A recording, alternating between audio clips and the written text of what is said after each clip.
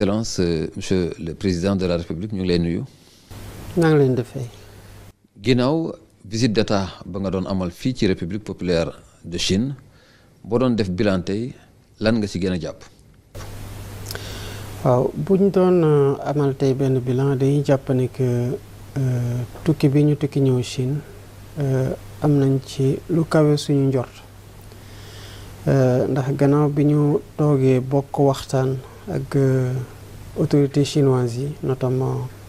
président Xi Jinping ak yeneen kilifa yi dëkk gi nekk président assemblée populaire nationale bu Chine ay chef d'entreprise gis nañu ne que li ci mën a génne mooy luy gën a ñongal suñu digganteeg Chine te am nañ ay accords yu bari yoo xamante ne signé nañu ko yu laalee ci wàllu mbay mi ci wàllu industrie ci wàllu numérique ci wàllu ndox ci wàllu énergie ak lépp lu laale ci koom-koom gu laal ci géej gi accord yooyu nag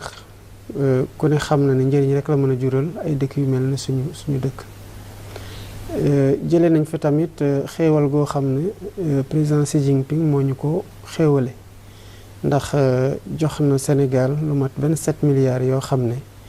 amul lenn loo xamante ne dañ ko ciy fay te loolu day wane na rek ne suñu digganteeg Chine gën naa ratax li ci tegu tamit mooy bi ñu ñëwee ba def yenn visites yi dem seeti port Qingdao nga xamante ne daanaka lépp dañ ko automatiser ba pare di ci produire courant ci anam yoo xamante ne dañ koy rafetlu ci wàllu climat dem seeta yeneen entreprise gis nañu ne que Chine def na avancé yu am solo yoo xamante ne Sénégal mën na ci jëlee lu bari tamit doxalee noonu ndax lu andi koom-koom gu bari la ci biir Chine. FOCAC di forum bi jëmmal jëflante diggante Afrique ak Chine suñu réew Sénégal ak Afrique mën ci am itam ay opportunité yu bari ci wàllu perspective di ëllëgu coopération bile yan jéego nga ciy xaarandi.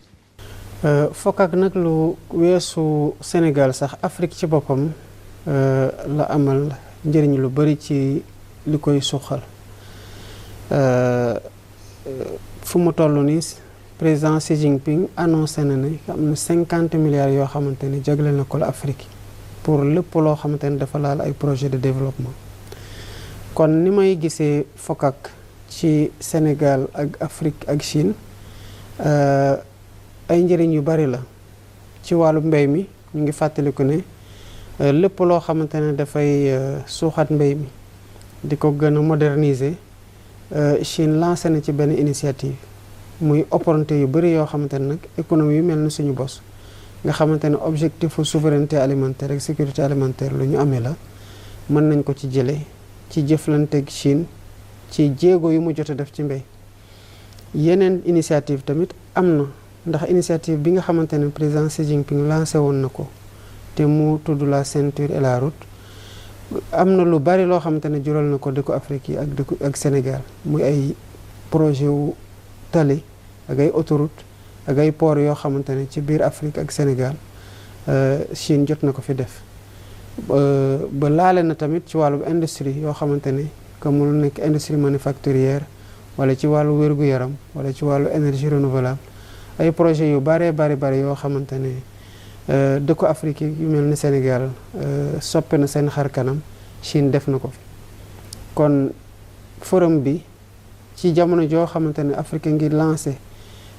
zone de libre échange continentale maanaam lépp luy suuxat koom-koom ak jëflante ci diggante réew Afrique yi FOCAC opportunité bu mag la mën a doon ci luy tax ZLECAf gaaw a am essor buñ ci yaakaar. Excellence ci li nga xam ne mooy multilatéralisme Chine da cee am approche boppam loolu tey ban gis-gis nga ci mën a am. Chine nag dafa am loo xamante ne daf koy doxale te mu nekk loo xamante ne réew Afrique ci loolu la ñuy xaar ñeneen ñëpp ñu ñuy jëflante ci bitim réew mooy li ñuy woowee multilatéralisme bañ a boddi kenn dem ci jëflante joo xamante tamit dañuy respecté wante nawla wante ba pare ku ci ne gis boppam ci jëflante jooju que mu nekk Chine wala mu nekk yenn dëkk yi nga xamante ne Chine ngi jëflante ak ñoom ci Afrique gis nañu ne tamit ànd nañ ci yéwén ndax initiative yi nga xamante ne président Xi annoncé na ko muy initiative pour le développement mondial